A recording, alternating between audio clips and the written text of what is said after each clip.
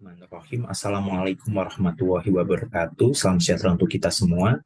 Saya Ahmad Jaya Permana, dosen tetap Pegawai Negeri Sipil atau PNS, yang bertugas di program studi S1 Kimia, Departemen Kimia, Fakultas Sains dan Teknologi Universitas Airlangga, menjalankan tugas saya sebagai tim pengajar mata kuliah senyawa koordinasi yang telah saya ampu karena adanya kesesuaian dengan bidang keahlian saya yaitu kimia anorganik, di mana senyawa koordinasi itu merupakan salah satu bagian dari kimia anorganik.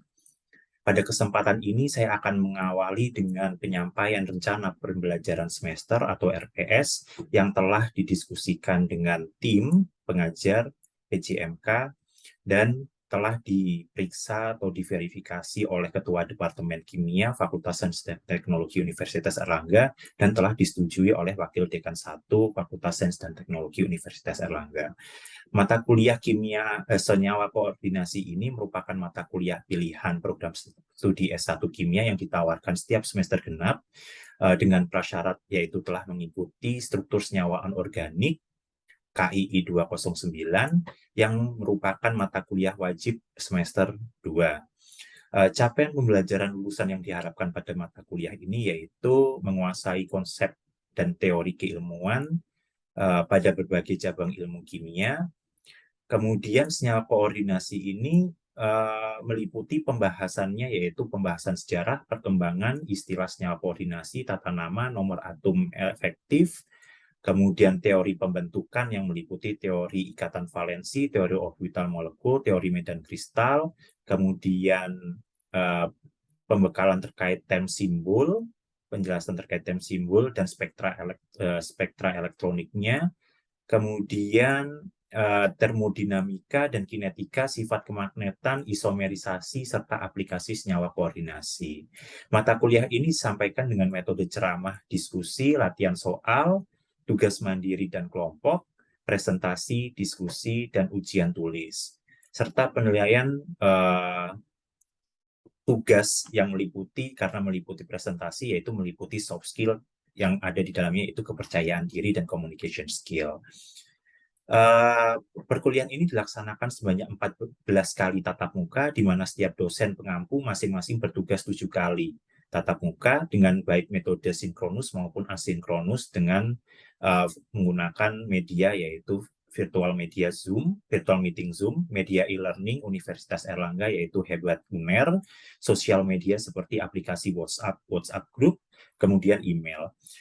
Sebagai bagian dari tim pengajar yang juga terus melakukan inovasi pembelajaran, saya telah melakukan optimalisasi e-learning yang kami miliki. Dalam hal ini Hebat UNER, di mana Hebat UNER itu dulu bernama Aula, kemudian di dalamnya terdapat berbagai macam fitur yang saya upayakan untuk memaksimalkan fitur-fitur tersebut. Nah, fitur-fitur itu meliputi yaitu penyediaan absensi, kemudian penyediaan materi perkuliahan, pembuatan room diskusi, kemudian page terkait latihan soal, uploading tugas, dan sebagainya. Inovasi ini sangat penting, jadi hal ini tidak hanya bermanfaat untuk mahasiswa dan kami staf pengajar untuk mempermudah proses pembelajaran, tapi juga untuk institusi kami Universitas Airlangga dalam hal pengembangan e-learning, dalam hal ini pengembangan Hebat UNER. Inovasi ini adalah upaya untuk memfasilitasi pembelajaran di mana sebagian besar atau nyaris keseluruhan peserta mata kuliah ini yaitu merupakan mahasiswa muda generasi milenial di mana memiliki demand yang sangat tinggi dalam kemudahan akses secara digital, baik itu secara mobile dengan menggunakan gawai smartphone, tablet, dan gadget lainnya. Selain itu, upaya peningkatan partisipasi aktif mahasiswa yang telah saya lakukan yaitu dengan memfasilitasi melalui forum diskusi terkait pembahasan riset seperti sintesis, karakterisasi, dan aplikasi dengan harapan para mahasiswa ini bisa menghubungkan antara teori dasar dan penerapannya dalam hal riset. Saya memberikan contoh melalui berbagai publikasi, termasuk dalam hal ini publikasi kami sendiri, publikasi saya sendiri, dalam hal pemanfaatan senyawa koordinasi pada aplikasi energi, yaitu pada solar cell yang bernama desensitizer solar cell atau DSSC, di mana senyawa koordinasi ini dapat digunakan menjadi sensitizer yang digunakan untuk menangkap atau memanen energi dari sinar matahari. Dengan demikian, saya harapkan dengan memberikan contoh praktis dari riset yang telah saya lakukan, di mana saya mengerti detail terbaik itu secara teknis dan pengaplikasian secara teori. Hal ini diharapkan untuk memotivasi mahasiswa yang memprogram mata kuliah tersebut agar menjadi lebih aktif dalam diskusi selama perkuliahan. Upaya-upaya inovasi yang saya lakukan, baik itu pengembangan e-learning hebat, kemudian melakukan pendekatan melalui basis research, hal ini diharapkan meningkatkan kualitas belajar mahasiswa. Dan hasil yang kami peroleh adalah antara lain peningkatan jumlah nilai A pada mata kuliah senyawa koordinasi tersebut, yaitu di mana 70% mahasiswa itu memperoleh nilai A. Hal ini lebih besar dibandingkan tahun sebelumnya. Kemudian tingkat kepuasan terhadap kinerja dosen, hasil evaluasi dosen yang saya peroleh yaitu dengan nilai rata-rata 3,35, di mana angka yang sangat puas yaitu di angka 4. Saya memperoleh nilai tertinggi di atas 3,5 untuk pemberian umpat balik terkait kepuasan penggunaan media pembelajaran selama perkuliahan. Dalam menjelaskan tugas saya, dalam pengajaran mata kuliah senyawa koordinasi ini, saya sadar penuh bahwa komunikasi yang baik dua arah dapat meningkatkan engagement antara mahasiswa dengan saya sebagai pengampu, sehingga daya serap mahasiswa itu akan menjadi lebih baik jika komunikasinya berjalan dua arah dan bersifat sedikit lebih informal dengan mematuhi kaidah-kaidah kesopanan yang berlaku. Saya juga turut membuka komunikasi melalui jalur lain, di mana saya sangat sadar betul bahwa tidak semua mahasiswa memiliki kemampuan komunikasi secara verbal namun memiliki kemampuan secara tulisan. Oleh karena itu, beberapa komunikasi yang saya buat yaitu melalui media sosial atau aplikasi WhatsApp group, yang kemudian dan yang lainnya yaitu melalui email. Jika mahasiswa tersebut memiliki privasi yang cukup tinggi terkait dengan nomor pribadinya.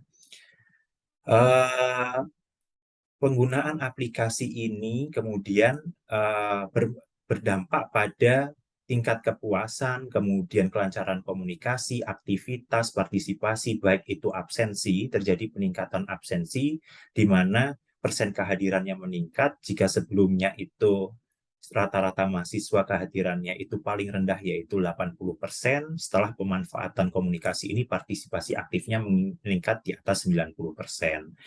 Sistem penilaian yang saya gunakan selama perkuliahan ini meliputi yaitu nilai UTS dan UAS yang bernilai masing-masing 35%, kemudian nilai tugas sebelum UTS 15%, dan nilai tugas setelah UTS atau UAS pada saat UAS yaitu 15%. Hal ini diharapkan mahasiswa dapat berpartisipasi aktif dalam hal tugas, karena tugas ini bernilai cukup besar dengan akumulasi total 30%.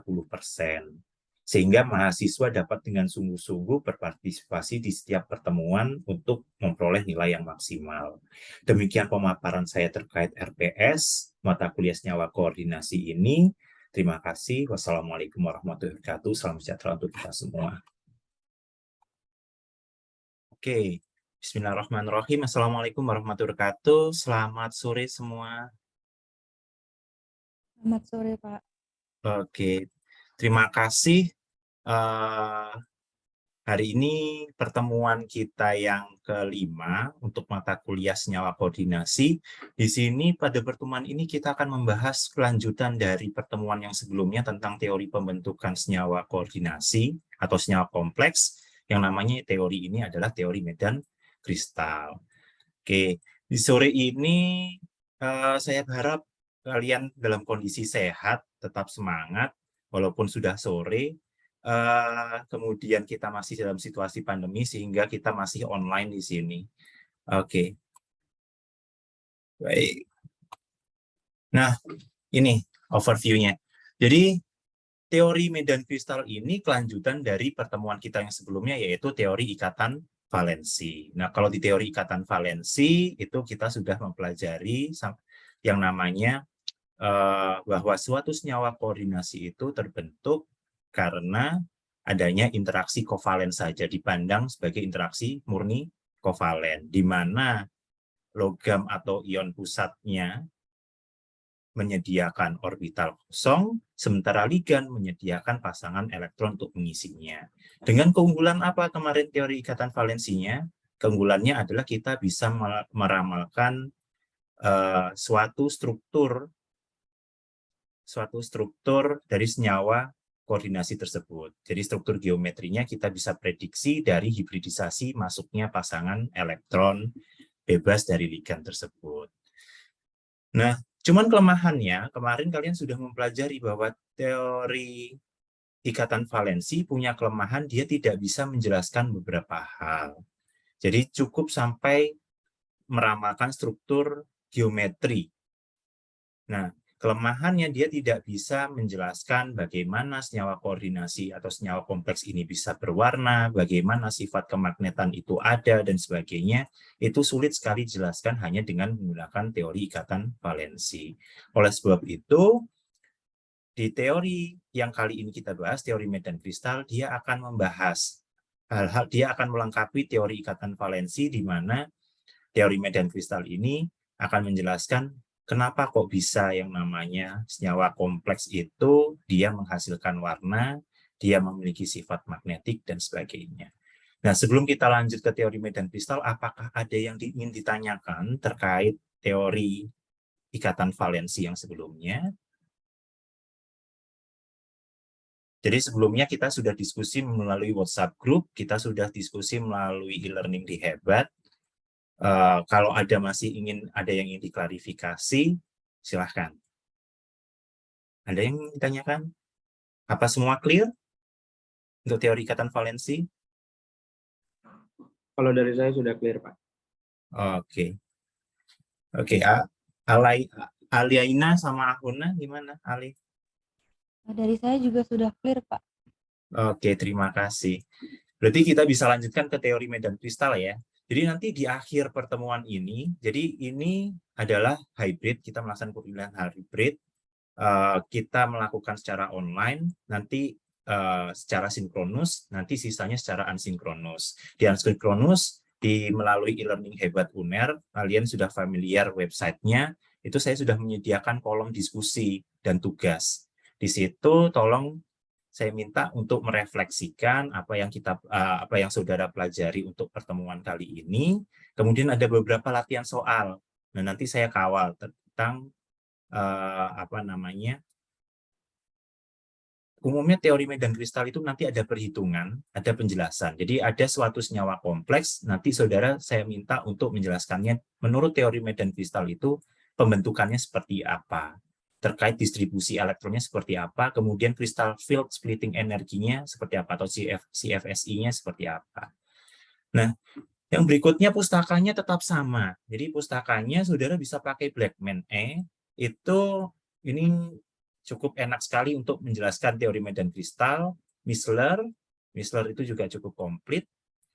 Kemudian untuk yang terakhir ini suplemen. Jadi untuk yang terakhir ini supplementary-nya terkait dengan dasar-dasar yang mendasari. Jadi ada beberapa fenomena, spektra, dan sebagainya. Cuman kalau ingin lebih dalam, silahkan dibaca yang ketiga ini, tapi fundamentalnya ada di pustaka yang pertama dan kedua. Oke. Nah, sekarang kita masuk tentang penjelasan teori medan kristal. Jadi teori medan kristal itu pertama kali dikemukakan oleh BT dan dilanjutkan oleh Slap, Penny, Van Vleck, dan Hartman. Nah, idenya bahwa interaksi yang terbentuk dalam pembentukan suatu ikatan antara atom pusat dan ligan, itu tidak hanya melihat yang namanya suatu persepsi ikatan kovalen saja secara utuh. Bahwa ada fenomena di ikatan tersebut itu juga memiliki gaya elektrostatik yang mana dimiliki oleh ikatan ionik. Jadi ketika membahas ikatan koordinasi, seringkali familiar dengan yang namanya ikatan kovalen koordinasi. Nah, ikatan kovalen koordinasi ya sudah dijelaskan secara kovalen. Tapi pada kenyataannya, semua ikatan itu tidak ada yang pernah murni 100% kovalen. Pasti ada sisi ioniknya, ada gaya elektrostatiknya, ada interaksi antar ion. Nah, hal inilah yang mendasari, yang menjadi dasar utama tentang teori medan kristal. Nah, teori ini dijelaskan juga menjelaskan tentang kenapa senyawa kompleks yang terbentuk itu memiliki fenomena, memiliki sistem kristal yang khas, seperti oktahedral, tetrahedral, segi 4 planar, walaupun secara teoritis ini juga pernah disinggung di teori ikatan valensi. Cuman yang namanya kristal, seperti yang saudara pelajari, umumnya kristal itu interaksinya ada yang namanya interaksi elektrostatik, di mana kristal itu menghasilkan suatu kisi. Nah, kalau kisi biasanya kita membahasnya dari perspektif ikatan ionik. Oke. Nah, jadi ini fenomena yang melatar belakangi. Jadi ketika ligan masuk membentuk ikatan kovalen koordinasi, itu akan muncul yang namanya gaya elektrostatik. Nah, gaya elektrostatik itu menimbulkan gaya yang dihasilkan sekitar yaitu gaya yang dihasilkan terkait dengan medan listrik. Jadi medan listrik itu opsinya sama. Kalau dia sejenis tolak-menolak, kalau dia berbeda jenis, itu dia tarik-menarik. Nah, umumnya karena kita bicara tentang elektron, maka kita akan bicara tentang tolakan antar elektron. Jadi muatan negatif dengan muatan negatif. Nah, dampaknya apa?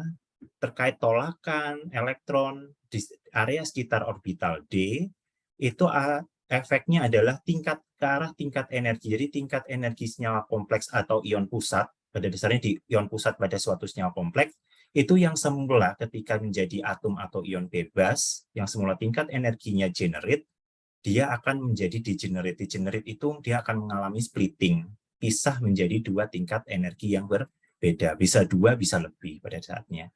Nah, pemisahan itu disebut fenomenanya yaitu crystal field splitting. Jadi, pecahnya medan kristal. Itu gambaran secara umum pendahuluan tentang teori medan kristal. Ada yang ingin didiskusikan atau ditanyakan? Sejauh ini clear? Oke, terima kasih. Nah, untuk mendahuluinya, langkah baiknya kita akan mempelajari terkait dengan orbital D. Karena yang berperan apa orbital D? Orbital D ini milik siapa? Orbital D ini milik dari ion atau atom pusat, yaitu milik logam. Jadi orbital D itu ada 5 berdasarkan sumbu simetrinya. Ada dz kuadrat. Dz kuadrat itu merupakan orbital D sepanjang sumbu Z. Jadi dz kuadrat seperti ini. Nah, ada, dz kuadrat seperti ini. Ada dx kuadrat min y kuadrat, artinya dia orbital D-nya berada sepanjang sumbu X dan sumbu Y. Jadi seperti ini. Ini sumbu X, sumbu Y, di sini. Untuk dxy, dxz, dan dyz, dia posisinya di antar sumbu. Dxy antar sumbu X dan Y, dxz antar sumbu X dan Z, dyz antar sumbu Y dan Z. Nah, kenapa kita bahas seperti ini? Karena simetri pada orbital D itu memegang peranan penting terkait densitas elektron dia berada. Jadi orbital itu kan kebolehjadian elektron itu berada. Sehingga kalau orbital D itu terisi elektron pada sumbu simetri tersebut, kemudian ligan itu elektron dari ligan masuk pada sumbu yang sama, maka kemungkinan besar akan terjadi yang namanya repulsion atau tolakan. Oke. Untuk penjelasan lebih lengkapnya, saya akan masuk ke sistem oktahedral terlebih dahulu. Oke, jadi kita akan bahas sistem oktahedral. Kenapa oktahedral? Karena oktahedral ini basic minimal untuk mahasiswa S1 minimal paham adalah sistem oktahedral. Jadi sistem oktahedral itu senyawa kompleksnya cukup banyak. Jadi setidaknya mahasiswa S1 kimia itu bisa belajar banyak dari sistem oktahedral. Kalau sistem oktahedral menguasai biasanya sistem tetrahedral, segi 4 planar, itu dengan mudah bisa diikuti atau dipelajari. Cuman untuk lebih lengkapnya akan saudara pelajari ketika saudara nanti S2. Oke, untuk sistem oktahedral, ligan itu masuk untuk membentuk ikatan tepat pada sumbu X dan Y. Jadi, X, Y, dan Z. Jadi dia masuk tepat semua sumbu simetri. Sumbu X, sumbu Y, sumbu Z. Jadi untuk orbital D-nya yang mana? Orbital D-nya adalah dx kuadrat min y kuadrat dan dz kuadrat. Akibatnya apa? Akibatnya daerah tepat sumbu itu tolakan elektronnya besar. Nah, kalau tolakan elektronnya besar, itu kestabilan internal senyawa itu menjadi turun. Istilahnya dia menjadi tidak stabil. Suatu senyawa yang terganggu, tidak stabil, itu pasti akan mencari cara. Secara termodinamika dia akan mencari cara untuk mendekati kestabilannya. Opsinya adalah memutuskan ikatan atau meninggikan tingkat energi. Opsinya adalah dua itu. Sehingga terjadilah fenomena yang namanya degenerate of energy level, atau istilahnya pecahnya tingkat energi yang semula sama menjadi tidak sama. Peristiwa yang tidak sama ini, pecah ini disebut juga istilahnya splitting. Oke. Nah, jadi kalau kalian amati di sini, ini adalah struktur untuk oktahedral. Kalian lihat tepat pada sumbu X, sumbu Y, sumbu Z, ini ada semua. Ini istilahnya bisa dimasuki semua ligan. Ligan masuk tepat sumbu untuk X, Y, dan Z. Nah, ketika masuk dari X, Y, dan Z, maka akibatnya apa? Dia akan memberikan tolakan. Coba kalian lihat di arah X dan Y, sumbu X dan Y di sini. Dx kuadrat min Y kuadrat. Kalau ini masuk, orbital D dengan ligan itu akan bertemu. Nah, muatan negatif dengan muatan negatif akan menghasilkan suatu tolakan. Nah, kalau tolak menolak, posisi ini akhirnya menjadi lebih renggang. Kalau terlalu renggang, dia tidak bisa berikatan. Tapi kalau misalnya dia bisa stabil, maka jarak ikatannya akan menjadi jauh. Opsinya seperti itu. Atau peristiwa ini terjadi, teori medan kristalnya menjelaskan seperti ini. Jadi ketika ini menjadi ion bebas, atau kita sebut ion pusat, jadi logam bebas, free metal ion, di sini kan orbital D itu dia sama tingkat energinya. Jadi ini tingkat energi, ini kan sama. Ini kita tidak pernah tahu, ini dxyk, dxzk, dyzk, dz kuadrat, atau dx kuadrat min y kuadrat. Dia bebas masuk di mana saja.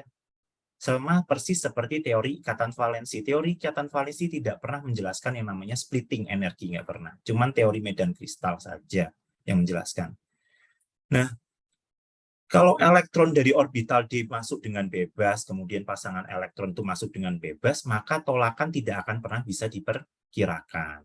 Oleh karena itu, di teori medan kristal dijelaskan, karena oktahedral itu ligan masuk tepat sumbu, maka yang sangat terganggu adalah posisi orbital-orbital yang tepat pada sumbu.